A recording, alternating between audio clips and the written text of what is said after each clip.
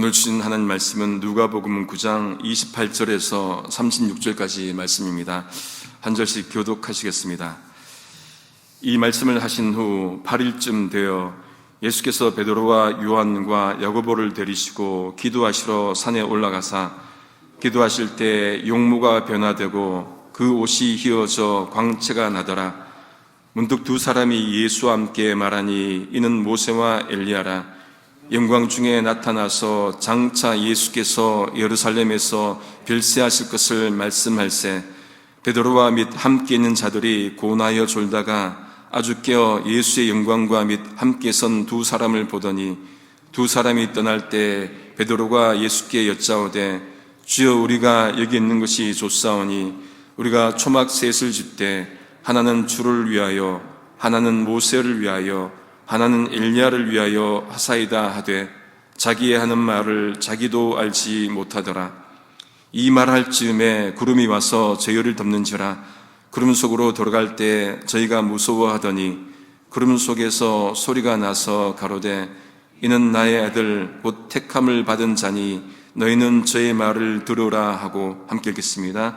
소리가 그침에 오직 예수만 보이시더라. 제자들이 잠잠하여 그 본 것을 무엇이든지 그때에는 아무에게도 이르지 아니하니라. 아멘. 변화산 사건이 나오는 이 본문은 마가복음 9장에도 등장을 합니다. 제가 이제 수요 예배 때 이 본문으로 신비의 구름이 걷히면 보이는 건 오직 예수라는 제목으로 말씀 전한 적이 있습니다. 오늘 누가복음 본문을 보다 보니까 또 다른 관점이 있더라고요. 예수님께서 자신의 고난과 십자가 죽음을 언급하시고 제자들에게도 십자가 지고 주님을 따르라고 그렇게 말씀을 하셨습니다. 그리고 난 다음에 한 8일쯤 지나서 베드로와 요한과 야고보를 데리고 기도하러 산으로 가셨습니다. 거듭 말씀드리지만은 만왕의 왕이신 우리 주님 기도하실 이유가 없으시지요. 그러나 인간으로 오셨기 때문에 기도하신 것입니다. 하늘 아버지의 뜻을 아는 가장 확실한 방법이 기도였기 때문에 기도하신 거예요. 주님 기도하셨다면 우리도 기도해야 합니다. 주님 기도하러 산으로 가셨습니다. 기도원이 대부분 산에 있는 것, 바다에 있지 않고 산에 있는 이유가 있겠지요. 저도 모태신앙으로 자랐지만은 중학교 때까지는 그냥 왔다 갔다 한 것 같아요. 그런데 고등학교 들어가면서 교회에 고등부에 여자 전도사님이 오셨습니다. 언제 말씀드린 것 같은데 이분은 기도하는 전도사님이셨어요. 오셔서는 토요 집회를 만드셔서는 중고등부 학생들을 토요일날 지하 기도실에 불러 모으셔서는 기도하게 하신 거예요. 자주 또 기도원에 데려가셔서는 동굴에 넣으셔서는 기도시키셨어요.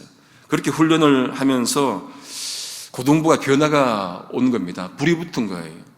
그러다 보니까 고등부가 부흥을 하기 시작했습니다. 몇십 명 되지도 않았는데 100명이 넘기 시작하고 그래서 제 친구하고 저하고 목사가 되기로 작정을 그때 한 거죠. 그래서 설학과에 갔습니다. 그런데 저는 80년대 후반 학번이어서 시대도 시대였고 또 철학과 가보니까 또 공부를 하다 보니까 신앙적 방황을 좀 많이 했었습니다. 그런데 결국 돌아오게 하시더라고요. 저는 그것이 고등학교 때 했던, 고등부 때 했던 그 기도 체험이라고 저는 고백을 합니다. 신대원에 들어갔습니다. 신해산 기도회라는 기도 동아리가 있더라고요. 몇 번 따라가 봤는데 이분들은 매주 금요일마다 경기도 광주에 있는 어느 산에 갑니다. 막 뜨겁게 기도하고 각자 산에 가서 자기 바위가 있더라고요. 자기 바위가. 거기서 기도하는데 방석 깔아놓고 밤새 기도를 그렇게 하시더라고요. 기도를 강조하고 요즘에 기도 운동하시는 분들 이상하게 흘러가는 것들이 문제이지 기도 자체는 문제가 아니죠. 우리 주님 기도하셨다면 우리도 기도해야 합니다.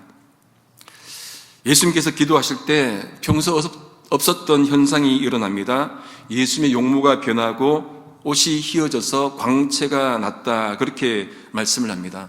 마태복음에는 그 얼굴이 해같이 빛났다 그런 표현을 하고 있습니다. 거기다가 모세와 엘리야가 나타나서 예수님과 대화합니다. 환상 중에 환상이에요. 이것은 다름 아닌 예수님의 신성의 한 부분을 보여주는 것 같습니다. 바로 앞 본문에서, 어제 본문에서 베드로가 예수님을 하나님의 그리스도 그렇게 고백을 했죠.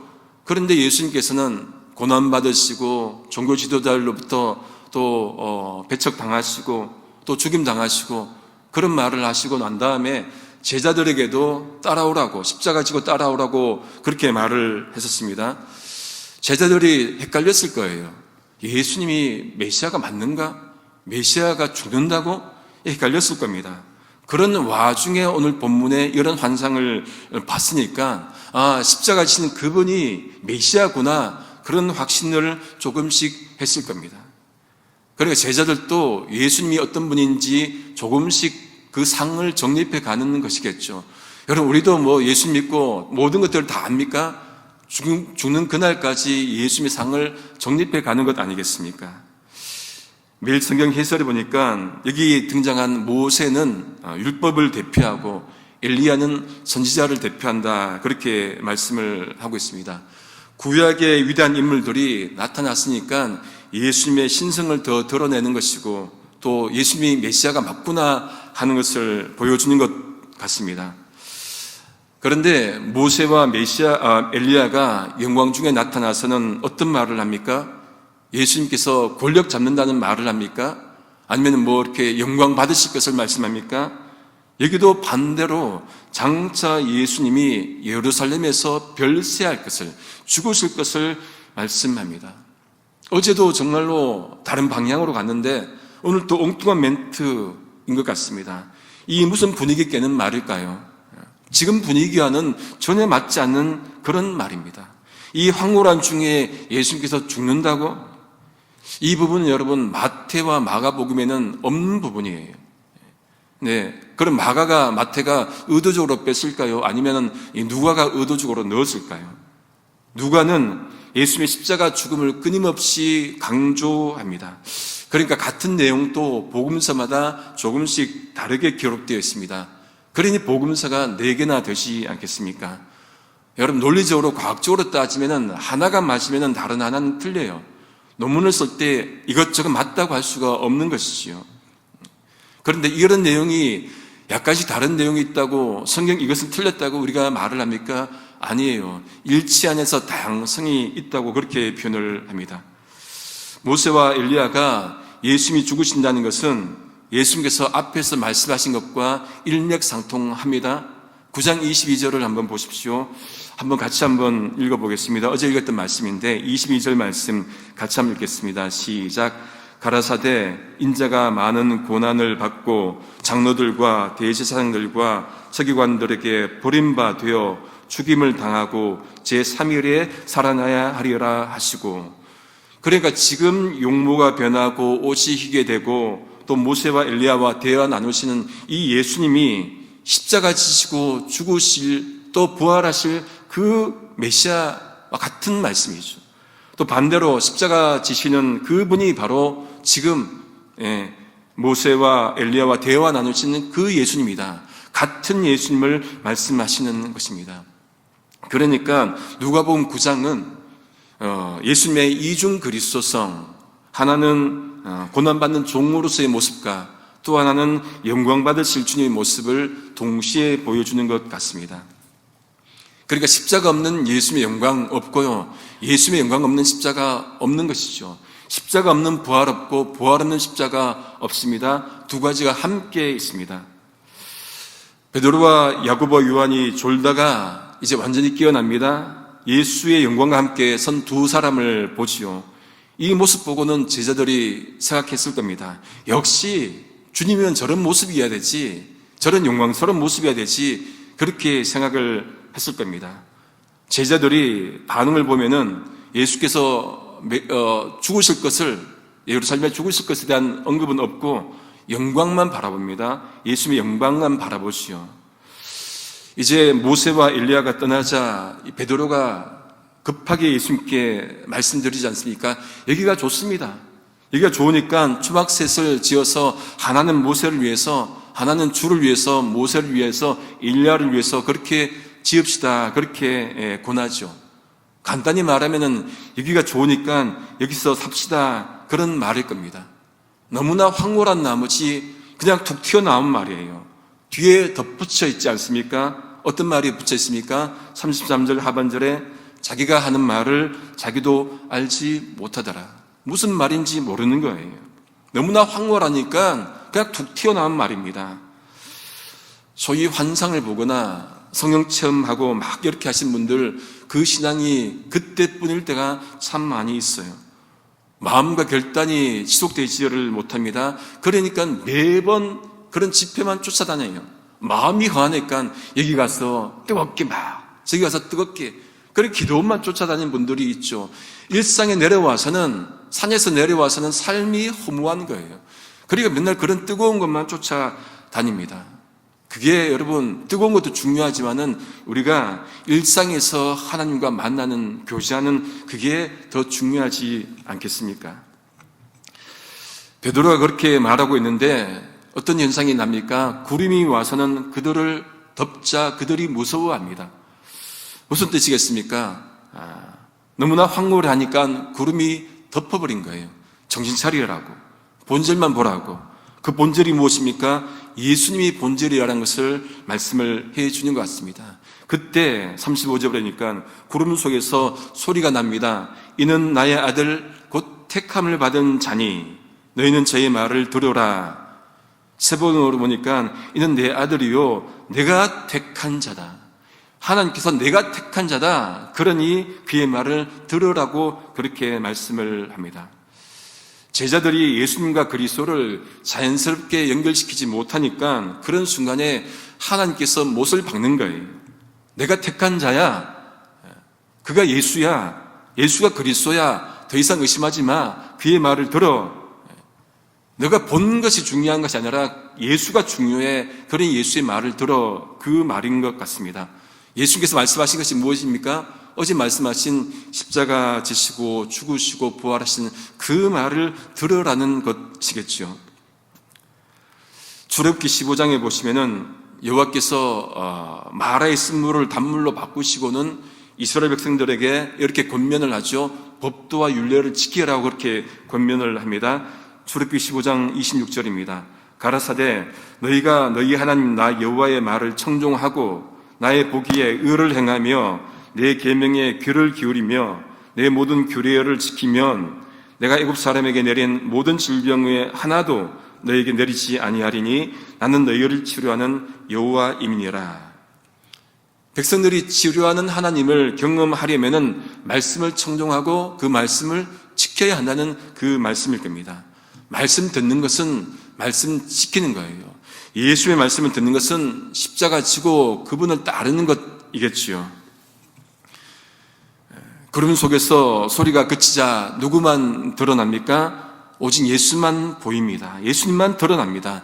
헷갈리지 않도록 하기 위해서 드러나신 분이 예수님이십니다. 예수만 보여야 합니다. 환상이 중요한 것이 아니라 예수님이 중요합니다. 이 말은 환상 자체가 여러분 그 일어난 객관적 사실 자체를 부정하는 말이 아니에요.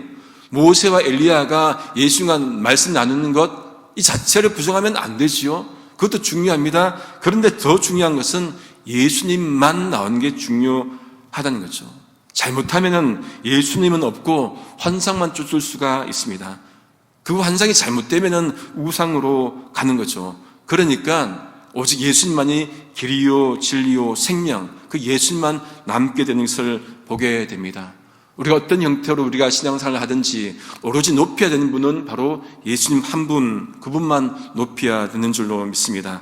말씀을 정리합니다. 제가 박사과정에서 공부했던 클레어몬 그레이트 유니버시티, 클레어몬 대학원대학교에는 경영학부가 있는데 여러분 들어보셨을 겁니다. 피터 드러커, 경영학자로 유명한 그 피터 드러커, 한국에도 많이 알려졌더라고요. 그분이 세운 경영학부가 있습니다. 시설도 다른 학부보다 참 좋아요. 그의 제자 윌리엄 코엔이 쓴 책이 있더라고요. 피터 드러커에 대해서. 피터 드러커 미공개 강의 노트, 제가 최근에 우연히 접해서 이제 읽게 됐는데 여기 한 챕터 제목이 이렇습니다. 유능한 경영자는 다른 분야에도 능통하다. 유능한 경영자가 되려면은 2가지 이상의 학문 분야에 정통하라는 겁니다. 그렇게 해서 다른 일이 주어지더라도 거기에도 당황하지 않고 일을 한다는 거예요. 그러면서 독서와 글쓰기를 추천하더라고요. 이 둘은 아무리 강조해도 지나치지가 않겠죠. 소위 요즘 말하는 그 학제 간의 대화, 간학문적 대화, 간학문적 연대, 이런 게 여기서 나온 것일 겁니다. 자기 분야 외에 다른 분야도 공부를 하라는 거예요. 그래서 이과도 문과 공부하고 문과도 이과 공부하고, 그래서 나온 단어가 통섭이라는 단어가 나왔잖아요. 통섭해서 공부하라는 것. 여러분, 신학교 표도 대부분 보면은 경건과 학문입니다. 경건과 학문. 그러니까 한쪽만 있는 게 아니고 2가지 다 있는데, 보통 학생들 이렇게 유형을 보면은 경건을 강조하는 학생들은 공부를 안 해요. 또 공부만 하는 학생들은 이쪽을 무시해요. 아니죠. 2가지가 중요하죠. 경건과 학문 2가지가 중요합니다. 신앙생활도 마찬가지죠. 기도하고 찬송 찬양하는 이것과 동시에 말씀을 학문으로 공부하고 연구하는 이 두 흐름들이 함께 있어야 바른 신앙을 견지할 것입니다. 이런 관점에서 보자면은 예수님의 2상, 고난받는 모습과 영광받으신 모습, 2 모습을 함께 가지는 예수님에 대한 상을 바르게 가질 때 우리가 바른 신앙을 가질 줄로 믿습니다. 이것을 신학적 용어로는 통전적 신앙 그렇게 표현을 합니다. 우리가 한쪽으로 치우치지 않고 균형 잡아서 통전적 신앙을 할 수 있기를 성부, 성자, 성령이신 삼일체 하나님의 이름으로 소망합니다. 기도하시겠습니다. 하나님 아버지, 우리가 주님을 믿는다면서도 주님을 온전히 다 모를 때가 많습니다. 주님의 이런 모습 저런 모습을 우리의 좁은 신앙적 관점으로 제한하지 않도록 인도해 주옵소서. 크신 주님을 신앙의 선입견으로 작은 주님으로 만드는 우를 범하지 않도록 성령께서 주관하여 주시옵소서. 온전히 우리를 구원하기 위해 이 땅에 오셔서 십자가 지신 그 주님이 바로 우리의 구원자이심을 바르게 믿는 우리가 되도록 역사하여 주옵소서. 그래서 우리가 무엇을 하든 오로지 주님만을 바라보며 주님만을 높이며 살아가도록 인도하여 주옵소서. 예수님의 이름으로 기도드립니다. 아멘.